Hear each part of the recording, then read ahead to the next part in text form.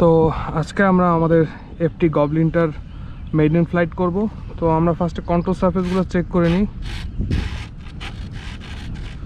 Control surface মোটামুটি ঠিক আছে সবগুলোর, থ্রাস্টার চেক। তো বিসমিল্লাহ বলে আমরা শুরু করব।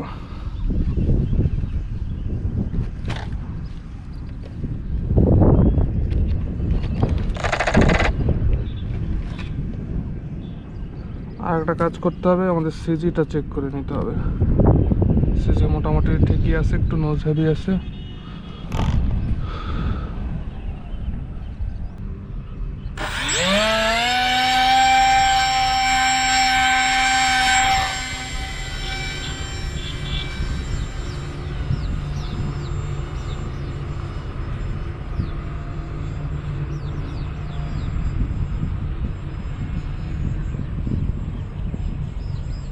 Middle rates.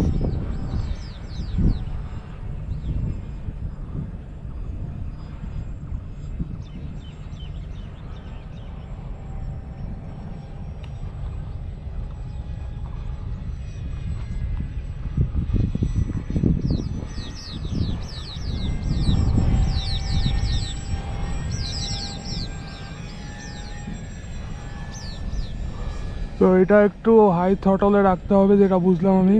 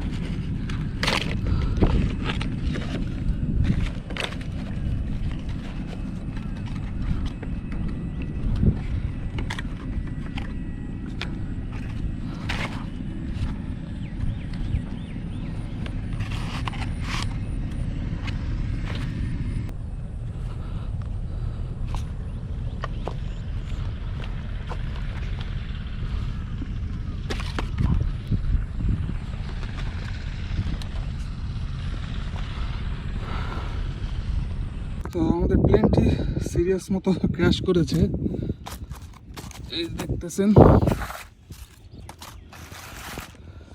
তো এটার এখন রিপেয়ার করা সম্ভব না, নতুন করে তৈরি করতে হবে। তো যে বিষয়টা হয়েছে, এটা এপিবির জন্য তৈরি করা হয়েছিল। তো আমি ব্ল্যাক কালার তৈরি করাতে এটা উপরে ওঠার পর ওরিয়েন্টেশন বোঝা যাচ্ছিল না।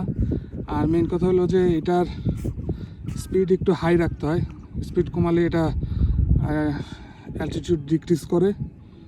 তো এই স্পিডের কারণে, হাই স্পিডে রাখা অবস্থায় আমি ব্ল্যাক কালারের কারণে এটার ওরিয়েন্টেশন বুঝতে পারিনি, যে কোনটা ডান সাইড ছিল কোনটা বাম সাইড ছিল।